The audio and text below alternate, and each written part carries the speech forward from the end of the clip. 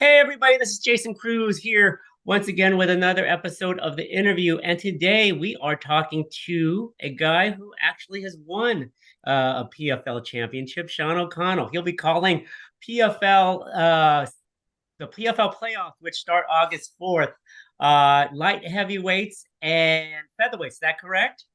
Correct. Light heavyweights, featherweights in San Antonio, Texas Yes. on ESPN August 4th. Going to be awesome. Awesome, awesome. So, Sean, first and foremost, I know I interview a lot of fighters, but I guess I feel like I should ask you, how are you doing today? I'm doing great, man. I'm at my parents' house. I brought my children out to see grandma and grandpa. Oh, It's just hilarious. The nostalgia always comes running back. I'm sitting in my little sister's former bedroom, right? And it's just like seeing all the toys and the books and the same stuff from childhood. It's wild. Hopefully everyone gets that experience every now and again to go back and touch the roots. nice. Now, whereabouts are your parents? They're in Oklahoma now. I grew up in Utah, but my parents my dad's job moved them to Tulsa after I had already graduated and left the house. But yeah, they're in Tulsa now. Now, did they have a box of things for you to take back? Always.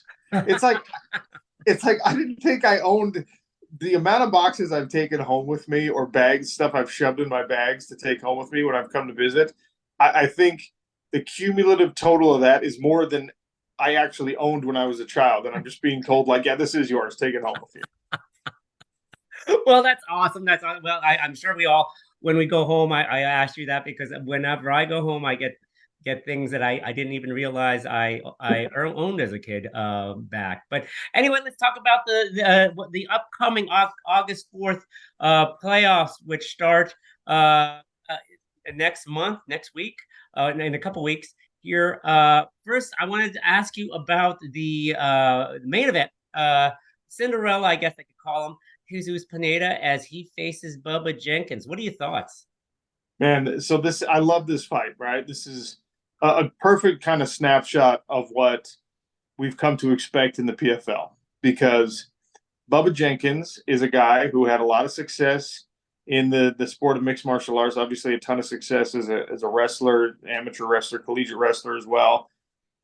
Transitioned very successfully into MMA and has continued to grow since joining the PFL into, in a lot of people's minds, a favorite this season at featherweight, right? Like a guy who's continually incrementally getting better, polishing his striking, and obviously with his grappling skills, you're like, all he needs is to really dial in that footwork and dial in his hands and his knees, and then he's going to be really, really tough for anyone to deal with. Well, it looks like he's done that, okay? And when you see what Bubba's done, you say, all right, he's going to end up in a final against someone like Movlid Khaybulaev or Brendan Loughnane, and that's going to be an incredible fight. Well, Jesus Pinedo comes along with totally different plans for everybody in the weight class, right? He comes along and knocks out last year's champion in Brendan Loughnane. He's a huge underdog in this fight. Nobody knows Jesus Pinedo's name, and Loughnane is one of the bigger stars that the PFL has been able to develop. You know, he's this charismatic figure. People are talking about building cards around him, go to the UK and all this kind of stuff. And then because of this sport being a true meritocracy and because of the PFL format not caring how popular you are, Jesus Pinedo not only knocks him out, but knocks him out of the playoffs after his first regular season performance with Loughnane looked incredible, right? So Yes. we were just like, wow. And now you've got Pinedo going up against someone like Bubba Jenkins, who, as I said, is a favorite of sorts in a lot of people's minds, not only for this fight, but to win the season potentially. It's a perfect snapshot of what they're trying to do in the PFL and build a star in Jesus Pinedo by letting him, on his own merits, potentially beat guys like Bubba Jenkins. Now, for Bubba Jenkins, this is a really tough contest. And just like it was for Brendan Loughnane, it's a lose-lose in a lot of ways. Because if you beat Jesus Pinedo, everyone goes, yeah, of course you beat Jesus Pinedo. I don't know who that guy is. But if you lose to Jesus Pinedo, then people are like, wait, what happened to Bubba? So it's just great, man. The storylines that can come out of something like this, And that's just one of the fights on the card. It's really fantastic. Yeah, one of the things that when I was watching the fight, Jesus Pineda and Brendan Loughnane, I thought Loughnane was doing well, and then all of a sudden, out of nowhere, knee comes out. Everyone is shocked. I mean, I just, I didn't realize at that particular point that Loughnane was out of the playoffs at that point. It shocked everyone. The Chris Wade to the back where he looked shocked. I thought he was in the playoffs. He wasn't in the playoffs. It was incredible, and that's kind of like that March Madness feel to the PFL is that you could be the number one seed. Well, I don't know if Knockname was at the time, but like you could be a top seed and then you get knocked out. So it's a great storyline coming into this. Bubba Jenkins is obviously the Duke. I don't know if he really is the Duke of this particular division at this point, the favorite to make it to New York. And here we have Pinedo, who would be a great story if he would to make it all the way to the final bout of the season. So moving on though, light heavyweight, Rob Wilkinson knocked out early, of course. So I feel now you could tell me. I felt that with Wilkinson out, who looked so good in his first fight, that the path to New York is wide open. Now we have Josh Silveira against Ty Flores. What are your thoughts on that one? Yeah, so Silveira, a product of our Challenger series a couple seasons ago, right? A product of a lifelong commitment to martial arts. As you know, he was raised in the gym. His dad is a pro fighter, legendary coach at ATT. And I think that Josh Silveira is potentially kind of rounding into his true fight prime, where he was a great regional champion, 2-division champion LFA, like a guy who's got the credentials and came into the PFL undefeated, fought his way to the playoffs and ended up losing to one of his own teammates in a playoff scenario. And now, you look at him similar to what we're talking about in the featherweight division. He's fighting a guy who's a relative unknown for most people in Ty Flores, right? Like Ty Flores, there's nothing about Ty Flores that screams to you, this guy's a future PFL champion, which is why he's so dangerous and why I believe he could be a PFL champion. Because Josh Silveira was raised to be what he's become, right? Mm-hmm. Ty Flores is a dude who, he's just as worried about whether he's going to have enough time to go hunting as whether he's going to have enough time to go training. You know what I mean? Yeah. He's just like a kind of like a hybrid, like country boy, bar brawler.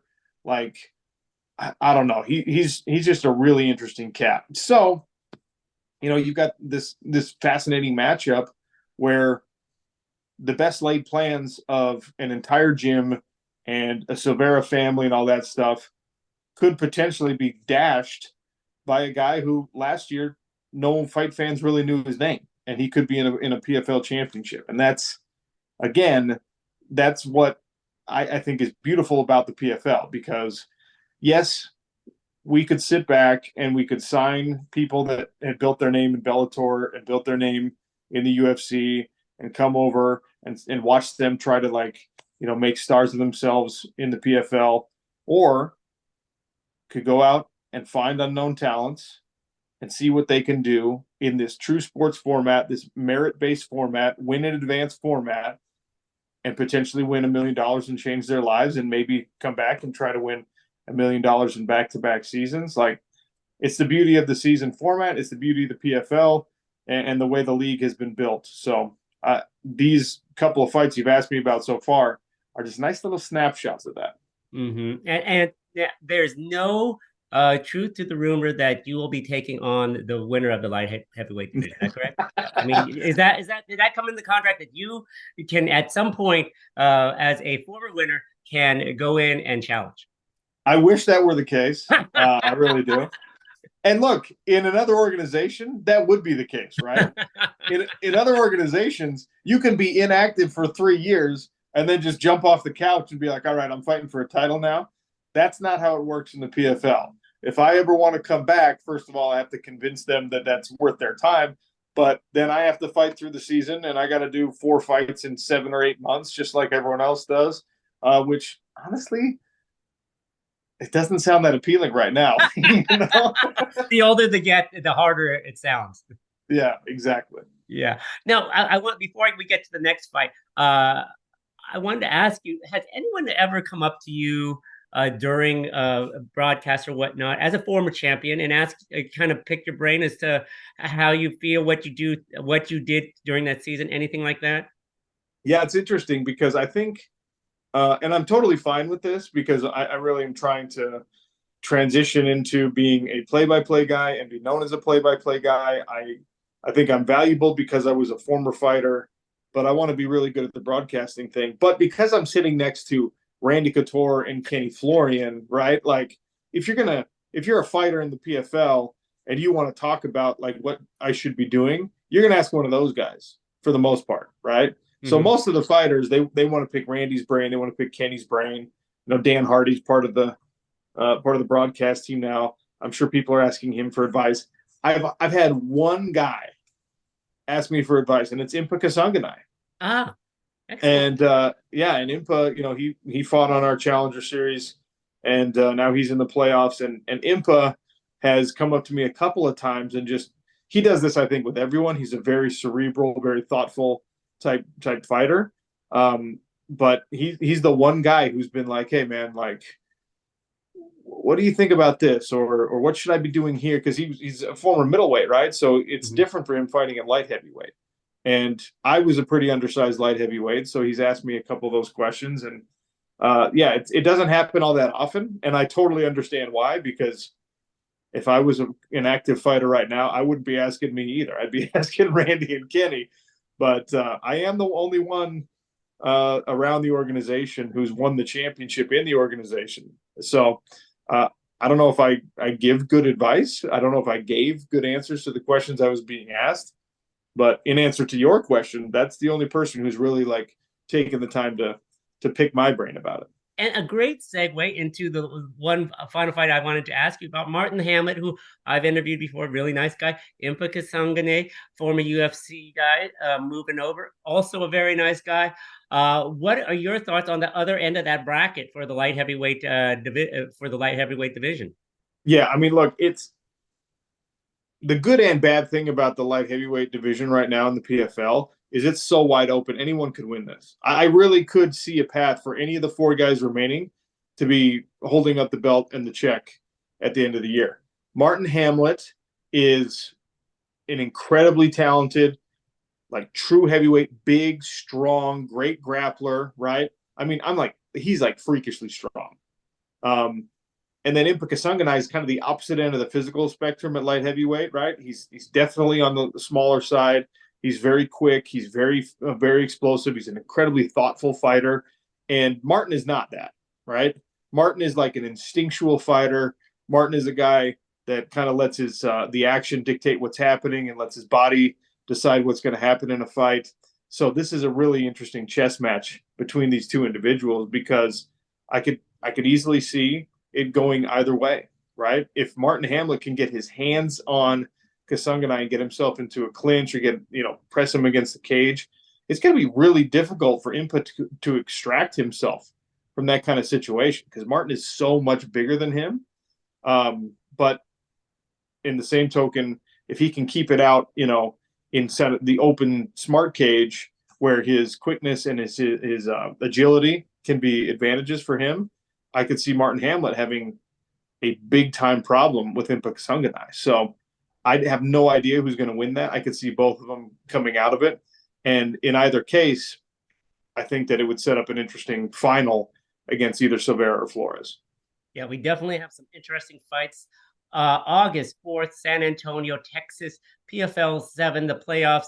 Sean O'Connell, thank you so much for your time. One last question before we go. Uh, if you had a vote for where it seems like this is the midseason for PFL, is there a fighter that you would peg as the most outstanding fighter of this season so far? Ooh, good question. I think for me, the most outstanding fighter so far this year has been Gabriel Braga Oh, there you because go. Braga has not only been impressive in his regular season bouts, but again from the Challenger Series, he had to fight one fight before this just to qualify for the season, right? And I think actually that happened in like March, and I think he had also already fought in January. Yeah. So like this guy's heading into his 5th fight of the year, and obviously he's won all of them, and he's looked really, really excellent. And Gabriel Braga is not yet a household name, and maybe it doesn't happen this season, but at some point, the average MMA fan in the world is going to have to know who this guy is. He is an absolute killer. So he would be my pick for fighter of the year, kind of halfway through. Awesome. Thank you so much for your time, Sean. We will be watching Friday, August 4th, PFL 7, ESPN. Yep. I'll see you guys there. Tune Okay. in. Send me any recommendations for the best restaurants in San Antonio. Yeah, we'll see. Maybe we'll ask Victor Wembanyama. I love it. Okay, take it easy. Bye-bye. See ya.